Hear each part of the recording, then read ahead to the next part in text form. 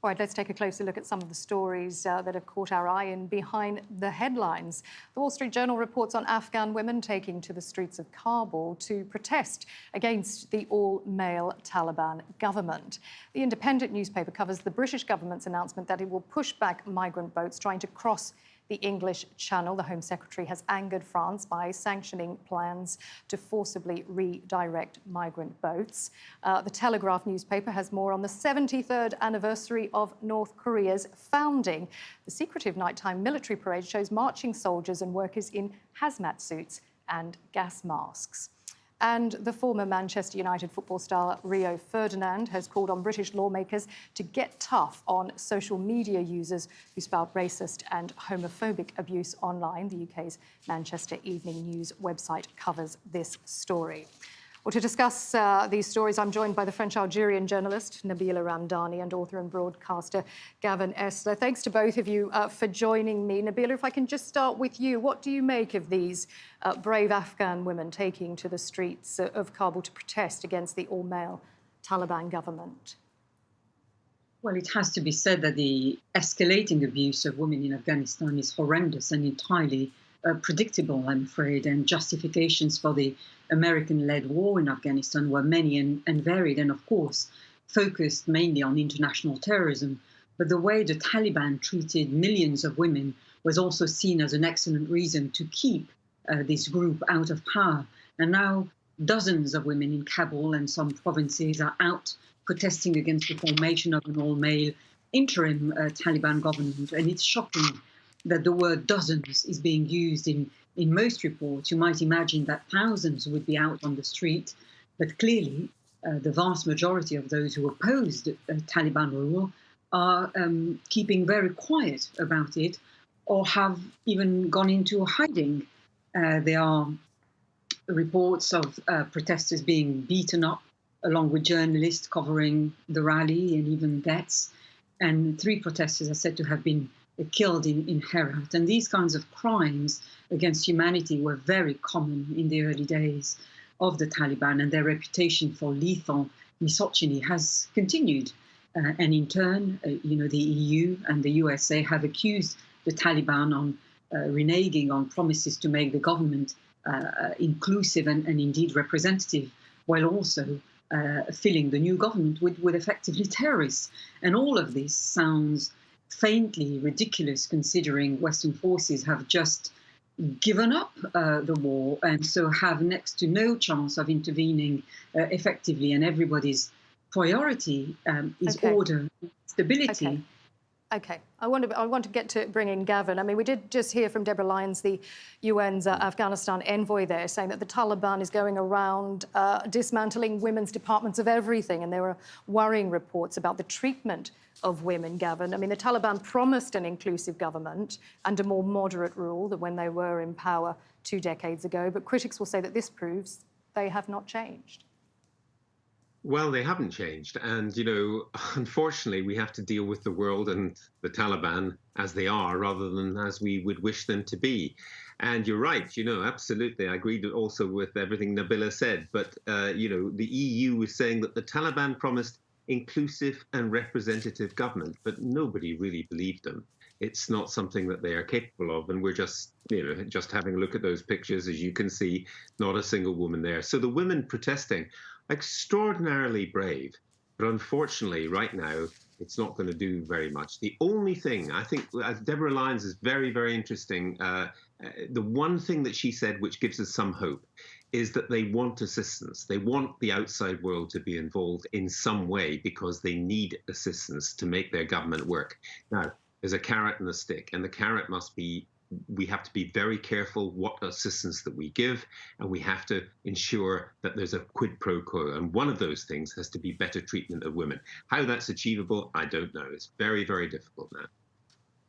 Yeah, I mean, she did say that she hopes the UN can still help to shape the country. But I want to move on to this migrant pushback story, Gavin. The British government has announced it will push back migrant boats trying to cross the English Channel from France. Tell us a bit more about this.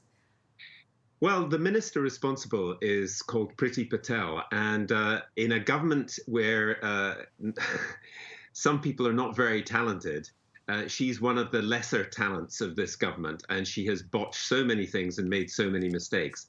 And what she seems to be saying is that we, the British, can somehow push these boats, which could sink, back towards France. Now, first of all, there's no international waters between British and French waters where I am now in Kent, because the two come so closely together.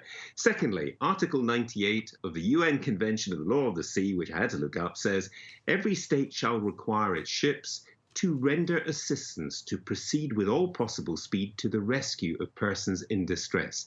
If you push back boats, she is asking people, Border Force and others, possibly to murder people. It's just ludicrous. It's not going to happen. She's botched everything so far in this, and I wouldn't be surprised if she is removed in a government reshuffle sometime soon.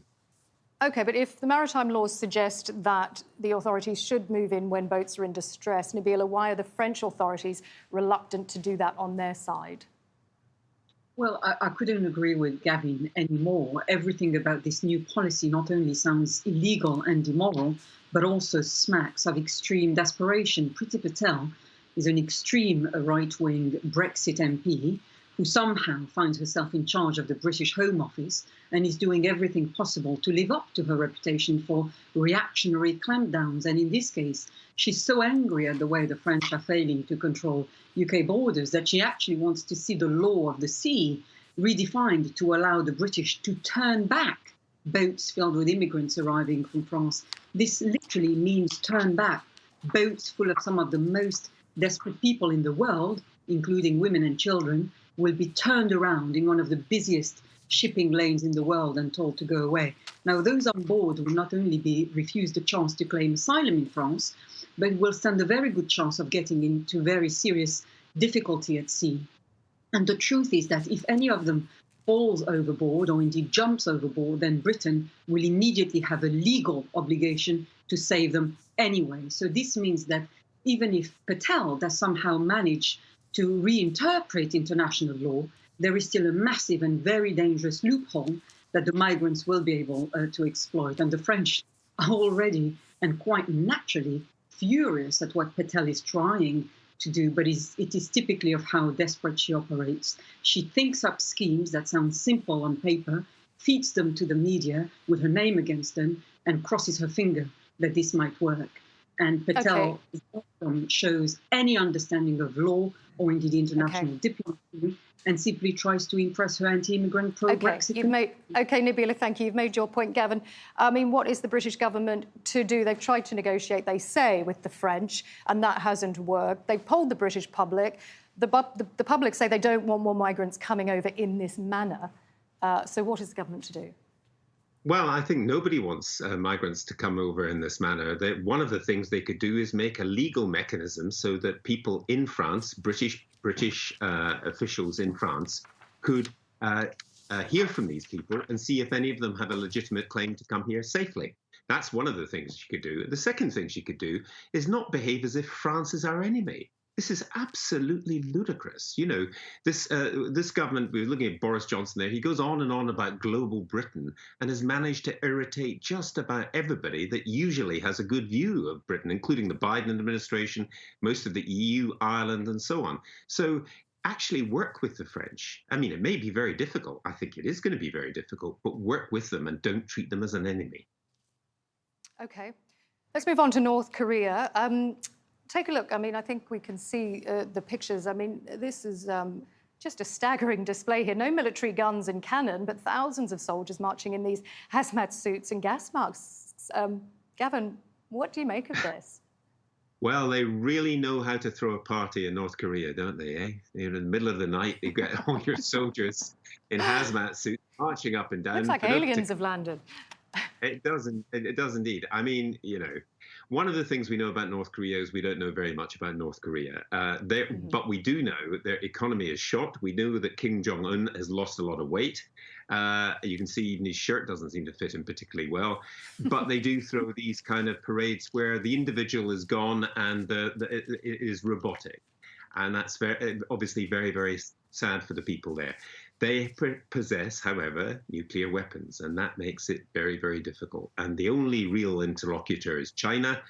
and China appears not particularly willing to do much more than attempt to try to keep a lid on this. So, I mean, they're going to keep having their parties. People in South Korea are going to feel undermined, and Kim Jong-Un, who apparently was known as a very heavy drinker. Now, I don't know what he is doing now, but he's certainly lost a lot of weight. Maybe he's on a Peloton, for all I know.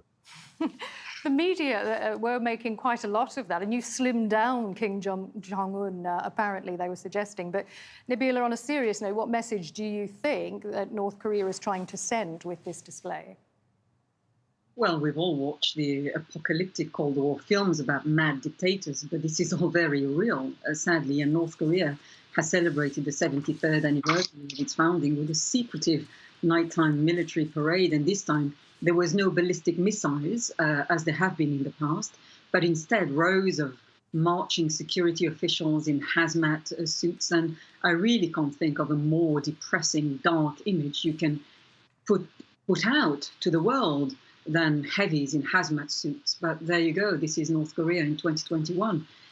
Kim Jong-un has taken full responsibility for the parade's optics, and is clearly very proud of his militaries, his paramilitary groups, because they're clearly crucial to keeping him in power. And as we've all noticed, he's apparently lost an awful lot of weight, and he's may not be in the best of health. And sadly, the point in a dictator's life when he starts to decline is often the most dangerous. And Kim Jong-un used to be quite a bon vivant. He drank heavily and loved good food, but this seems to have stopped now, even though at 37 he's still pretty young. But again, though, I think it's good that there was no ballistic missiles on show, at least. And North Korea is, of course, a notoriously secret and strange place. And an extraordinary fact about it right now is that it has not confirmed any COVID-19 cases since the start of the pandemic. And quite rightly, its claim of being entirely free from coronavirus has been questioned. OK. Gavin, I just want to get your thoughts on this story about Rio Ferdinand, the former Manchester United football star. He's been telling UK politicians about his experiences of online abuse. What's he been saying?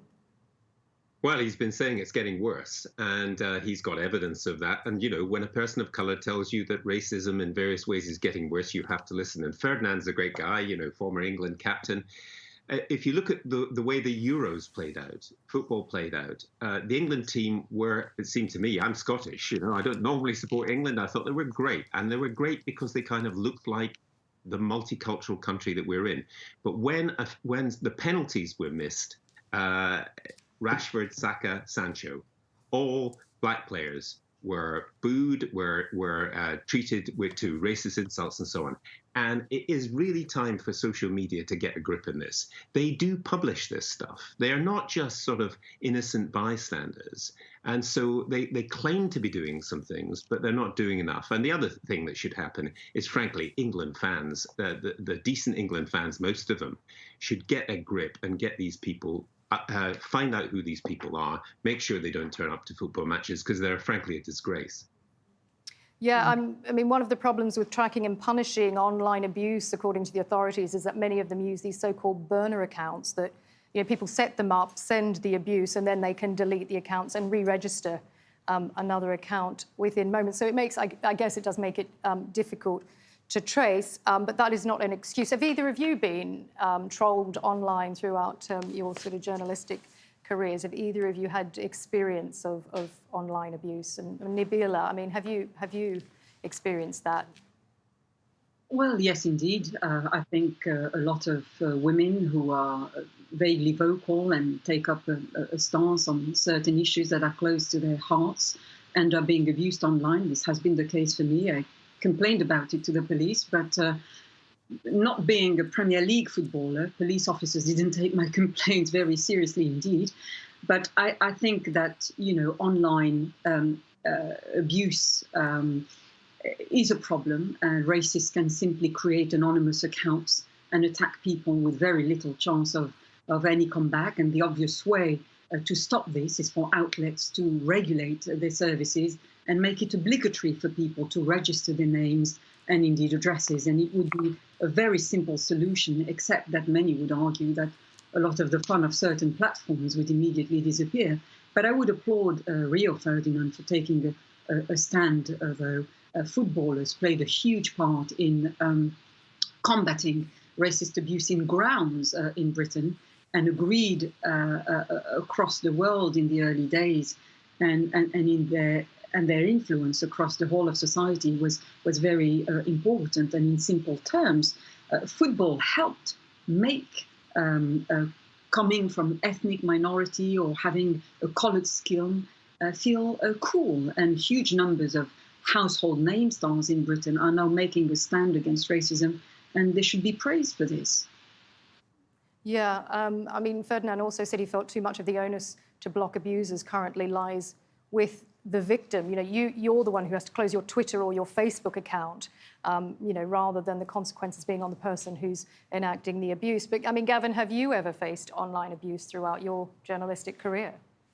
Yeah, a bit, but nothing compared to what these black players and others have faced. So it's fairly minor, and it's fairly easy to block people. And actually, you can spot the phony names, the stupid comments, and so on.